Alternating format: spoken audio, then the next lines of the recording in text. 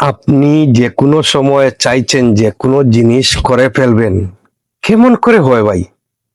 এই মহিলাটার যে চুল কাটা হলো, উনি আওয়ামী লীগ করে বিদায় ওনার চুলটা কাটা হলো, কিন্তু এরকম কি চুল কাটা যায়? যদি উনি অপরাধ করে থাকে তাইলে আপনি আইনের হাতে তুলে দেবেন। আপনি কে? আর ইউ, আপনি কে? আপনি কেন এই মহিলাটার চুল কাটলেন? আওয়ামী লীগ যদি এই বাংলাদেশে করে তাইলে এরা মানুষ না? অবশ্য মানুষ। মনে রাখবেন, ওই বাংলাদেশের মানুষ আওয়ামী লীগকে এই বাংলাদেশ থেকে লাঠিগুতা মেরে অন্য দেশে পাঠিয়েছিল। ওই বাংলাদেশের মানুষ আবার আপনাদেরকে লাঠিগুতা মেরে অন্য দেশে পাঠিয়ে দেবে। সাধারণ জনগণ, অন্যায় হাতে তুলে নিবেন না। দেখে অনেক দরদ লাগলো এই মানুষটার চুল কাটা। অপরাধ করলে আপনি আইনের আওতায় দেন, আইন যা ভালো বুঝে তাই করবে। আইন সবার ঊর্ধ্বে। আপনি কি আইনও মানেন না? অরাজকতা চালিয়ে যেতে চান? আল্লাহ তো বাঁচিয়ে ফেললো জামাতকে। যদি জামাত হতো তাইলে বলতো জামাতের মানুষরা এই মহিলাদের চুল কেটে ফেলে। কিন্তু এখন বিএনপি সরকার ক্ষমতা, এখন কে চুল কাটে?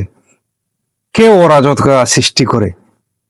এটা ভালো করে তদন্ত করার দরকার। আসলে আমাদের সোনার বাংলাদেশে এরকম হওয়ার কথা না।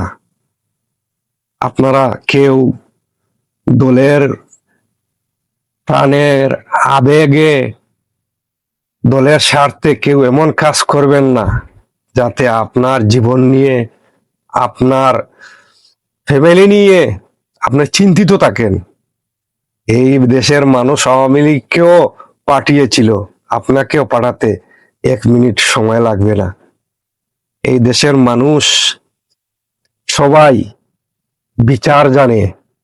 আপনি এখন ভাবছেন আমরা এখন ক্ষমতায় আছি, আমরা যা ইচ্ছা তাই করব। ভুলে গেছেন আপনার অবস্থা। যা ইচ্ছা তাই করতে পারবেন না।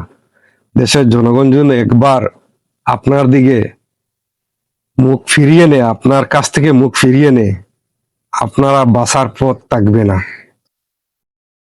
তাই বলি কি আপনারা অরাজকতা করবেন? কখনো করবেন না। অরাজকতা করলে আওয়ামী লীগের মতো আপনারা পরিণতি হবে, খুব ভয়ঙ্কর। ধন্যবাদ, ভালো থাকবেন। কারণ এই মানুষটা দেখে অনেক অনেক দরদ লাগলো। সেও তো মানুষ, সে যে আওয়ামী লীগ করে সে মানুষ না? সেও মানুষ। সবার সমান অধিকার হতে হবে এই বাংলাদেশে, মানবাধিকার থাকতে হবে এই বাংলাদেশে। এরকম ভিডিও আমি বানাই না, তবে এই মানুষটা দেখে অনেক দরদ লাগলো। ভালো থাকবেন, সুস্থ থাকবেন। আসসালামু আলাইকুম।